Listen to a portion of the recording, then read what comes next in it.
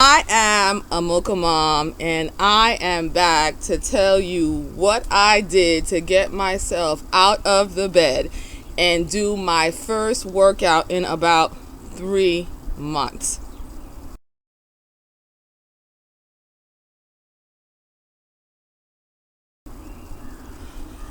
Don't judge me, you guys. I have had a really hard time through the winter. My exercise of choice has been bike riding, and I'm sorry, being in the house trying to get on my treadmill and do indoor routines was very, very difficult through the winter. But I'm making excuses.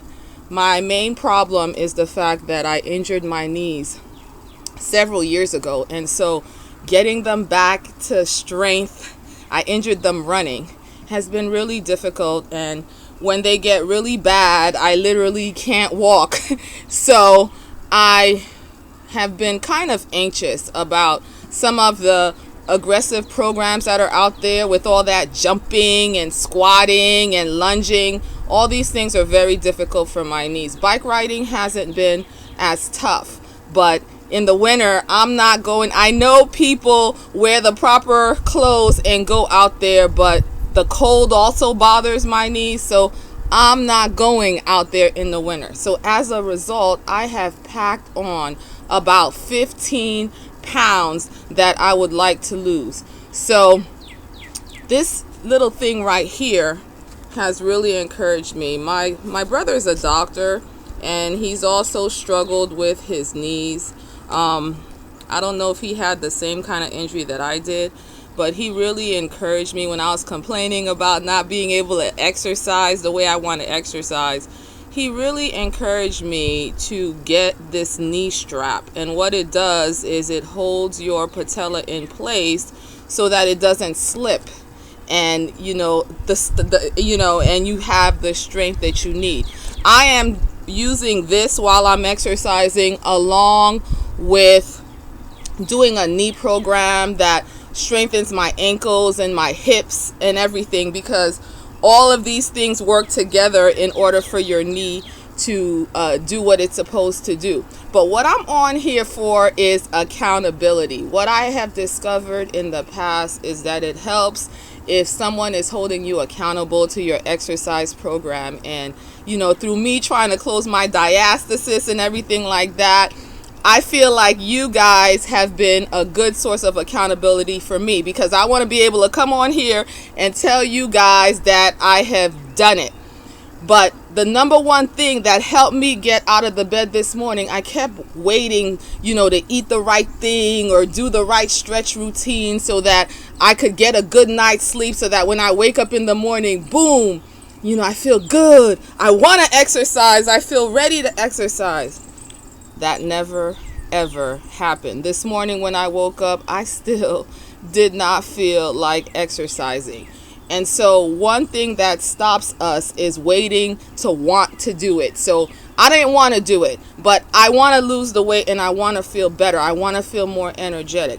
And so I just jumped out of the bed feeling horrible, and I just told myself I'm going to do it. I threw something on. Another thing that holds us back sometimes is not having anything to put on to go exercise. So I made sure I had clothes in my, ready to go last night. Threw those clothes on. And then another thing that stops us is trying to do a 2,000 calorie burn 2-hour workout. Start small.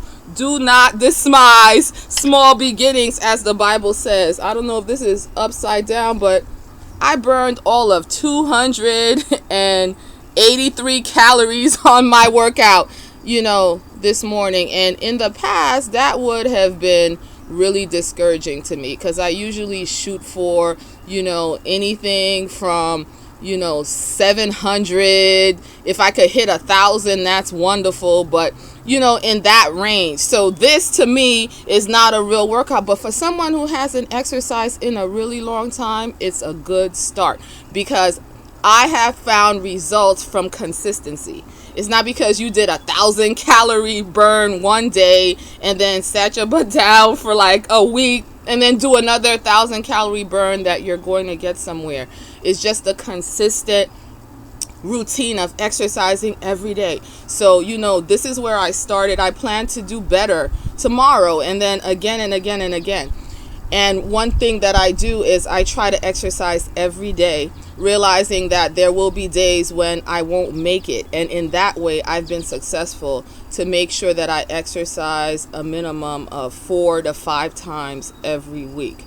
So, and I give myself a rest day, automatic rest day on Sunday. I don't expect myself to do anything on Sunday. So that treat also gets me going. So I will be back to let you know how I'm doing, but I plan to knock these 15 pounds off. And diet wise, I plan to watch my salt intake because that makes you retain water. I also plan to watch my refined sugar intake.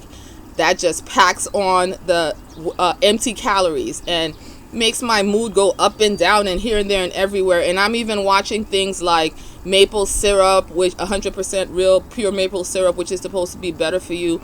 All these things have me, really all over the place. I've heard that coconut palm sugar doesn't do that.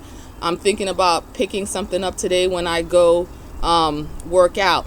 One last thing I'll say is I'm also looking into improving my lifestyle because I feel like these intense, short, artificial workouts that we do are not necessarily what our body was designed to function as.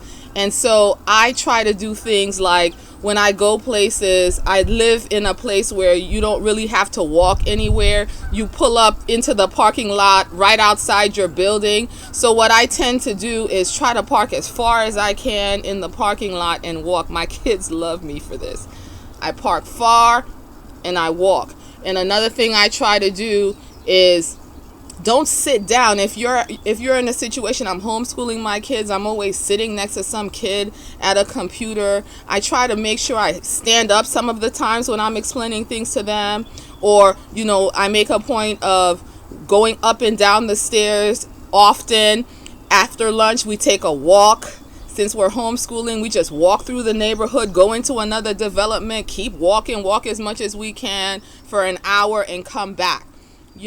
I'm trying to have a more active, I'm really excited. So pray for me out there. I will be back with an update letting you know that I was successful in exercising all week long. Be blessed.